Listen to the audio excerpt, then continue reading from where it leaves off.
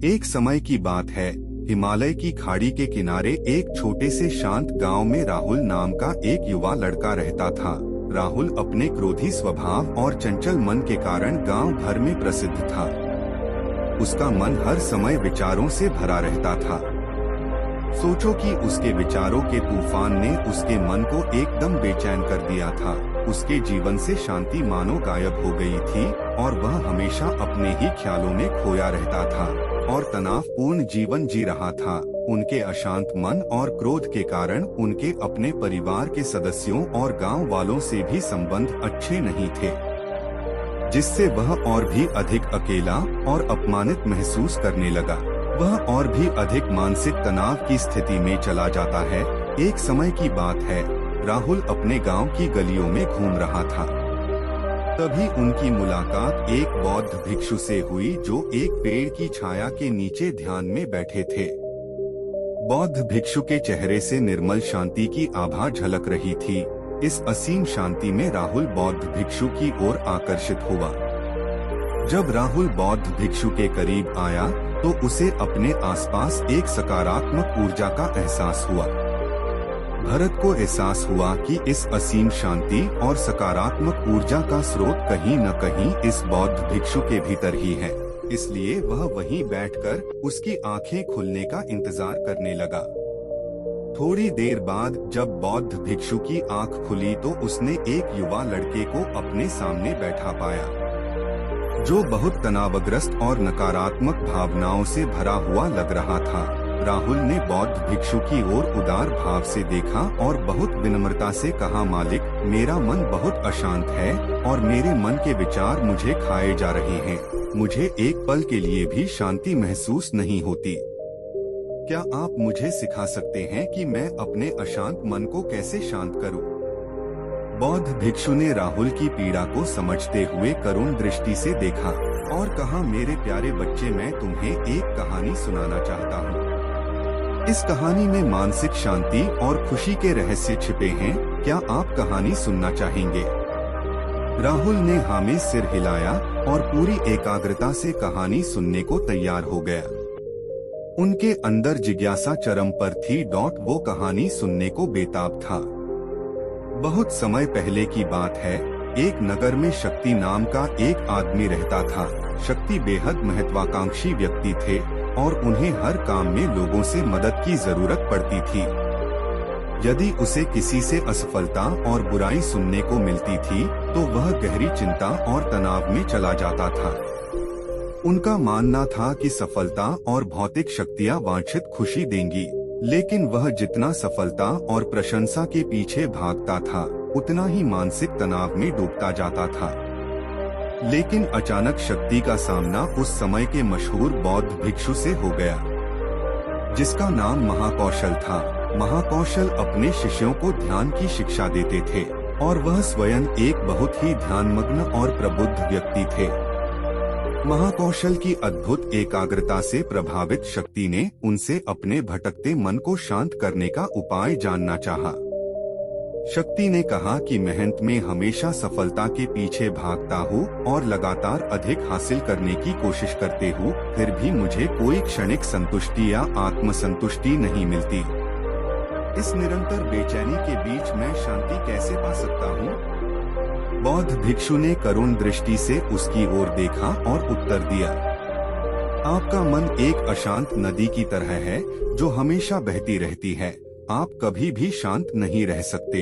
इसलिए इस अशांत मन को शांत करने के लिए आपको अपने विचारों को बिना किसी रुकावट के जाने देने की कला सीखनी होगी। शक्ति को आश्चर्य हुआ और उसने पूछा कि मैं अपने विचारों को कैसे जाने दूं? आखिर मैं भी तो अपनी इच्छाओं और महत्वाकांक्षाओं से बंधा हुआ हूँ। यह सुनकर बौद्ध भिक्षु मुस्कुरा दिए। बौद्ध भिक्षुक कहा, कल्पना करें कि आपके हाथ में पानी का एक गिलास है। अब आप इसे जितनी देर तक पकड़कर रखेंगे यह उतना ही भारी होता जाएगा, और अगर आप इसे काफी देर तक पकड़े रहेंगे तो आपके हाथ में दर्द होने लगेगा। लेकिन अगर आप उस पकड़ को ढीला कर दें और छोड़ दें तो आपका बोझ खत्म हो जाएगा। राहुल ने पूरी कहानी और उसका संदेश ध्यानपूर्वक सुना। वह समझ गया कि अपने विचारों और इच्छाओं से चिपके रहने से उसका बोझ बढ़ जाता है और अंदर ही अंदर अशांति पैदा कर देता है। अब राहुल को कहानी का अंत सुनने की उत्सुकता से प्रतीक्षा थी, कहकर बौद्ध भिक्षु ने कहानी जारी रखी। एक बौद्ध भिक्षु की बात मानकर शक्ति ने विचारों को त्यागने का अभ्यास शुरू कर दिया। वह बिना किसी पूर्व निर्णय के अपने विचारों और भावनाओं को आते और जाते देखता था। अब उसने विचारों को पकड़ना बंद कर दिया था। विचार उठते थे और अपने आप चले जाते थे। धीरे धीरे उसे यह एहसास होने लगा कि उसकी इच्छा और भावना ही सभी दुखों का कारण है। जैसे जैसे शक्ति ध्यान में गहरे उतरते गए, उन्होंने पाया कि वर्तमान में जीना ही आंतरिक शांति का एकमात्र स्रोत है। वह खुद को वर्तमान में स्थापित करके अपने मन की निरंतर बकवास से छुटकारा पा सकता था। धीरे धीरे शक्ति का मन एक शांत झील की तरह हो गया, जो बाहरी दुनिया को अपने अंदर प्रतिबिंबित करती है। उन्होंने जीवन की सादगी में संतोष को अधिक महत्व दिया और भौतिक संपत्ति के प्रति अपना लगाव छोड़ दिया। जैसे ही शक्ति में ऐसे बदलाव की खबर लोगों के बीच फैली, दूर दूर से लोग मार्गदर्शन लेने आने लगे। लोगों को विचारों को मुक्त करने की कला सिखाना और उन्हें अपने भीतर शांति खोजने के लिए मार्गदर्शन करना, वह लोगों के बीच शांति और ज्ञान का प्रतीक बन गया। शक्ति और साधु की कहानी समाप्त कर महाकौशल बौद्ध भिक्षु कुछ देर के लिए चुप हो गए, ताकि इस कहानी का अर्थ राहुल के मन में अच्छी तरह बैठ जाए। राहुल ने बौद्ध भिक्षु की ओर देखा तो उनकी आंखों में अब एक नई समझ दिखाई दे रही थी। राहुल ने धीरे से कहा कि मुझे इस कहानी में ज्ञान दिखता है, लेकिन मैं इसे अपने जीवन में कैसे लागू करूं? मैं अपने अशांत मन को कैसे शांत कर सकता हूं? राहुल के इस सवाल पर बौद्ध भिक्षु गर्मजोशी से मुस्कुराते हैं और फिर कहा कि अशांत मन को शांत करने का अभ्यास आत्म जागरूकता से शुरू होता है। अपने भीतर उठने वाले विचारों का निरीक्षण करने के लिए प्रतिदिन कुछ समय निकालें। उन भावनाओं पर ध्यान दें जो आपके मन में आती हैं और देखें कि वे कैसे आती हैं और आकाश में गुजरते बादलों की तरह चले जाएं। राहुल ने आंखें बंद कर ली और बौद्ध भिक्षु के कहे अनुसार अपने विचारों का अवलोकन करने लगे। जैसे ही उसने अपने भीतर उठने वाले विचारों पर ध्यान देना शुरू किया, उसे इसका एहसास हुआ। उसे अपने अंदर चिंता और इच्छाओं की एक निरंतर धारा बहती हुई महसूस हुई। सिर्फ एक एहसास ने ही उसे एक अद्भुत शांति का एहसास कराया। उन्हें यह भी एहसास हुआ कि यह सभी विचारों और भावनाओं से अलग है। बौद्ध भिक्षु ने आगे कहा कि जैसे शक्ति ने खुद को सभी मोहमाया से अलग कर लिया था, वैसे ही अपने मन को अशांतकारी विचारों और भावनाओं से मुक्त करने का अभ्यास विकसित करो। बिना किसी पूर्वाग्रह के विचार को वैसे ही स्वीकार करें जैसे वह आता है और फिर धीरे धीरे उन्हें जाने दें और अपना ध्यान वर्तमान क्षण पर केंद्रित करें। लेकिन राहुल ने टोकते हुए कहा कि अगर विचार और भावनाएं इतनी मजबूत हैं तो क्या होगा? बौद्ध भिक्षु ने कहा यह बना रहता है और मन को छोड़ने से इनकार करता है। बौद्ध भिक्षु ने राहुल की बात से सहमति जताते हुए सिर हिलाया और कहा ऐसे कई मौके आएंगे जब आपके मन में सवालों का बवंडर चल रहा होगा। जब आपका दिमाग आपकी बात ही नहीं सुनेगा तो ऐसे में आपको अपनी सांसों की ताकत पर विश्वास करना होगा।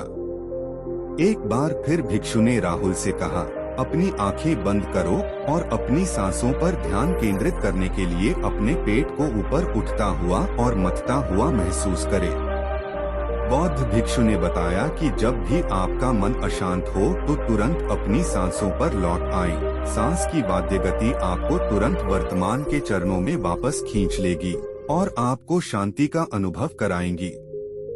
एक बौद्ध भिक्षु के निर्देशानुसार आने और जाने वाली सांसों पर ध्यान केंद्रित करने का प्रयास करें। इस छोटे से व्यायाम से उन्हें मानसिक शांति का अनुभव हुआ। उसे याद आया कि उसकी सांसें हमेशा उसके साथ थी, जो उसे वर्तमान क्षण की याद दिलाती थी, आराम और शांति लाती है। राहुल के इस विकास को देखकर बौद्ध भिक्षु मंद मंद मुस्कुराए और बोले, मेरे प्रिय, बेचैन मन को शांत करना एक ऐसा अभ्यास है जिसमें बहुत प्रयास और दृढ़ इच्छा शक्ति की आवश्यकता होती है, क्योंकि लगातार व्यायाम से मांसपेशियां मजबूत होती हैं, उसी तरह नियमित अभ्यास से मन भी शांत होता है। स्वीकृति में सिर हिलाते हुए इस बौद्ध भिक्षु को धन्यवाद देते हुए उन्होंने वादा किया कि आज से वह अपने अशांत मन को शांत कर सकेंगे और अपनी गैर शक्तियों को मुक्त कर सकेंगे।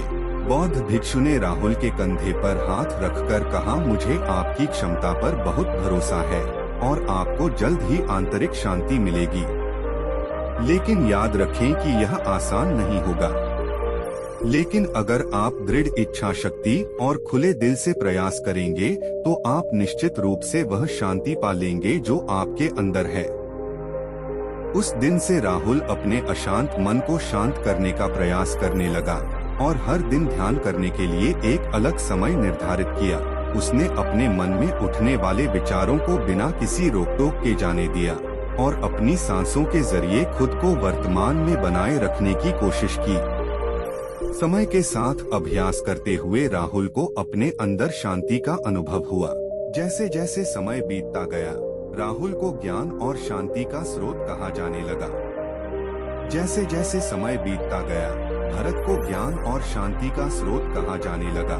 ग्रामीण अपने अशांत मन को शांत करने के लिए राहुल के पास आने लगे। बौद्ध भिक्षुओं के शिक्षक दूसरों की मदद करते समय आत्म जागरूकता की शक्ति साझा करते हैं। बौद्ध भिक्षु आंतरिक शांति पाने की शिक्षा देते हैं। इसके साथ ही उन्होंने अपनी सांसों पर ध्यान देने और अपने विचारों को मुक्त करने की कला भी सिखाई। ऐसे निवासियों का विकास हुआ और उन्हें मन की अमूल्य शांति मिली।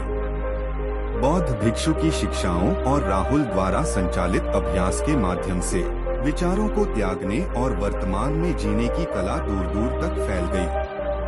उन्होंने कई लोगों की जिंदगी बदल दी और जैसे जैसे समय बीतता गया, उनकी जिंदगी और भी बदलती गई। राहुल का शांत प्रभाव उसके गांव की सीमाओं से परे तक फैला हुआ था।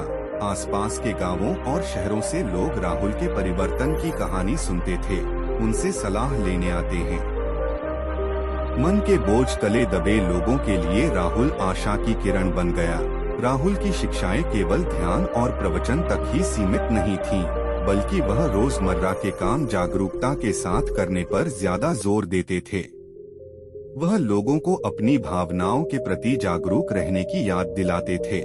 निष्कर्ष, इस बात पर ध्यान दें कि आप दिन भर में क्या करते हैं और अपने आसपास होने वाली घटनाओं पर आप कैसे प्रतिक्रिया करते हैं।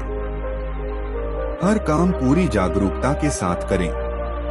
जब आप खाएं तो प्रत्येक टुकड़े के स्वाद का आनंद लें। जब आप सूरज की रोशनी के सामने खड़े होते हैं तो उसकी गर्मी महसूस करें। लोग क्या कहते हैं उसे ध्यान से सुनें और समझें। छोटे छोटे बदलावों से लोगों के जीवन में चमत्कारिक परिवर्तन आते हैं। राहुल की शिक्षाओं से लोगों ने सीखा कि जीवन का आनंद वर्तमान में जीने में है। दोस्तों, यह कहानी का अंत है। मुझे आशा है कि आपने इस मोटिवेशनल स्टोरी से बहुत कुछ सीखा होगा। आपका कीमती समय देने के लिए बहुत बहुत धन्यवाद।